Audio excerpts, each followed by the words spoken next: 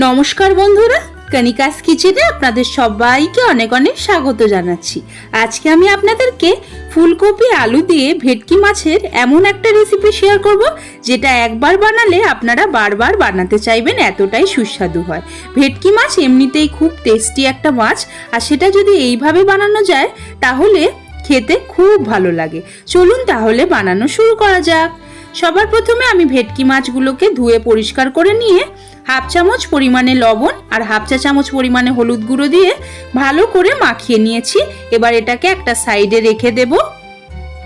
ততক্ষণে আমি একটা মশলা তৈরি করে নেব। মিক্সার গ্রাইন্ডার জারের মধ্যে নিয়ে নিচ্ছি হাফ চামচ পরিমাণে গোটা জিরে,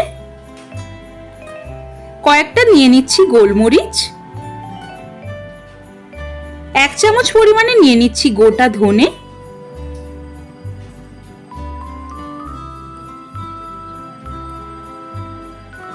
হাফ চামচ পরিমাণে নিয়ে নিচ্ছি কালো সর্ষে, 4 কোয়া নিয়ে নিচ্ছি রসুন, অল্প একটু আদা কুচিও নিয়ে নিচ্ছি, আর নিয়ে নিচ্ছি কয়েকটা শুকনো লঙ্কা। এবারে আমি অল্প একটু জল দিয়ে সবকিছু ভালো করে মিহি পেস্ট বানিয়ে নেব। সমস্ত কিছু আমার খুব ভালো করে বেটে নেওয়া হয়ে গেছে। এখন আমি এটাকে একটা সাইডে রেখে দেব। এখন আমি একটা গরম কড়াইতে দিয়ে দিচ্ছি 3 টেবিল চামচ পরিমাণে রিফাইন্ড অয়েল। তেল খুব ভালো মতন গরম হয়ে গেলে লবণ হলুদ মাখিয়ে রাখা ভেটকি মাছগুলোকে একে একে ছেড়ে দিচ্ছি। উল্টে পাল্টে মাছগুলোকে হালকা ব্রাউন করে ভেজে নেব।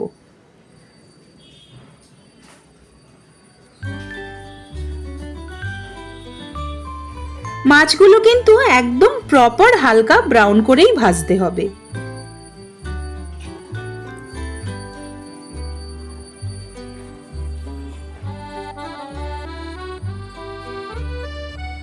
মাছ আমার হালকা ব্রাউন করে ভাজা হয়ে গেলে আমি তুলে নিচ্ছি।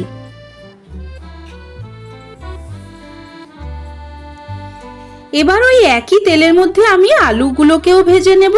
আলুগুলোকে আমি সরু লম্বা করে কেটে নিয়েছিলাম। নেড়ে চেড়ে সব দিক সোনালি করে ভেজে নিয়েছি। এখন আমি আলুগুলোকে তুলে নিচ্ছি।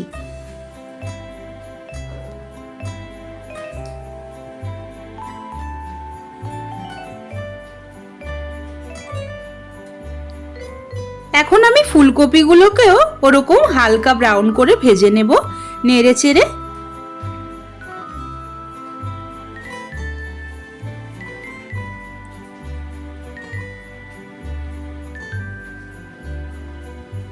দেখে নিশ্চয়ই বুঝতে পারছেন বন্ধুরা, ফুলকপি আমার ভালো করে ভাজা হয়ে গেছে। এখন আমি এগুলোকে তুলে নিচ্ছি।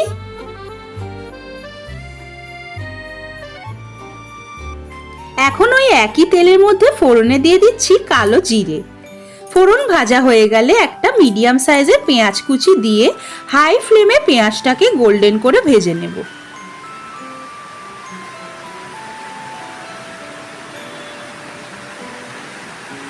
পেঁয়াজ ভাজবার সময় দিয়ে দিচ্ছি স্বাদ অনুসারে লবণ। এই সময় যদি লবণটা ব্যবহার করা হয় তাহলে পেঁয়াজ খুব তাড়াতাড়ি মজে যায়।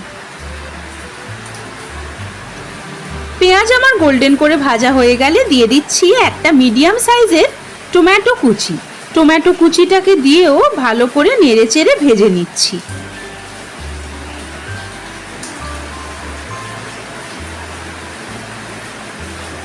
টমেটো কুচি ভাজবার পরে দিয়ে দিচ্ছি যে মশলাটা আমরা তৈরি করে রেখেছিলাম সেটাকে দিয়েও ভালো করে নেড়ে চেড়ে সমস্ত কিছু মিশিয়ে নিচ্ছি।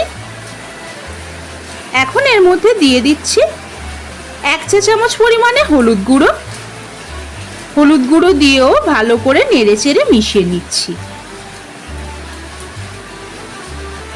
আপনারা নিশ্চয়ই ভাবছেন যে এখানে আমি লাল লঙ্কার গুঁড়ো দিইনি কেন।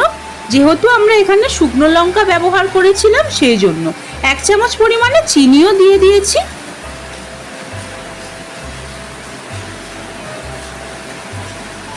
এখন ভেজে তুলে রাখা আলু আর ফুলকপির টুকরোটাকে দিয়েও ভালো করে নেড়ে চেড়ে মিনিট 3 কষিয়ে নেব।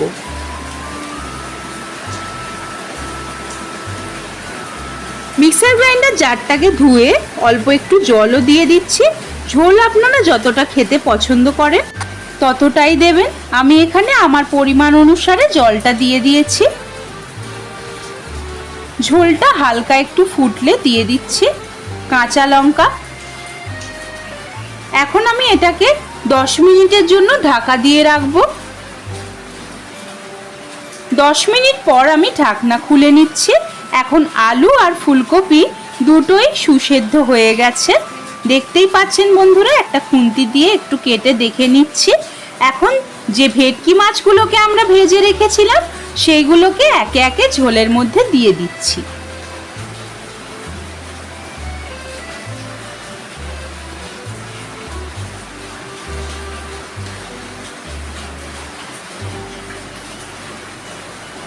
এখন আমি এটাকে আবারও 5 মিনিটের জন্য ঢাকা দিয়ে রাখবো। 5 মিনিট পর আমি ঢাকনা খুলে নেব। ভালো করে নেড়েচেড়ে নিচ্ছি একটু। একদম নাবাবার সময় দিয়ে দিচ্ছি ধনেপাতা কুচি। এখন আমাদের ভেটকি আলু ফুলকপি দিয়ে ঝাল একদম তৈরি, রেডি টু সার্ভ। এবার এটাকে আমি নামিয়ে নেব। একবার এইভাবে বানিয়ে দেখুন বন্ধুরা, আপনাদের ভীষণ ভালো লাগবে। ভালো লাগলে আমাকে কমেন্ট করে জানাবেন যে আপনাদের কেমন লাগলো। একটি লাইক করবেন, আমার চ্যানেলকে সাবস্ক্রাইব করে আমার পাশে থাকবেন। পাশে থাকা বেল আইকনটিকেও প্রেস করে দেবেন যাতে চ্যানেলে যখনই আমি কোনো নতুন ভিডিও দেব আপনার কাছে সবার আগে পৌঁছে যায়। আর আমার এই ভিডিওটিকে বন্ধুদের সঙ্গেও বেশি বেশি করে একটু শেয়ার করে দেবেন। আজকের মতন এই পর্যন্তই। আবারও হাজির হয়ে যাব নতুন কোনো রান্নার রেসিপি নিয়ে। সেই পর্যন্ত আপনারা সবাই খুব ভালো থাকবেন ও সুস্থ থাকবেন। এতক্ষণ পাশে থাকার জন্য অনেক অনেক ধন্যবাদ।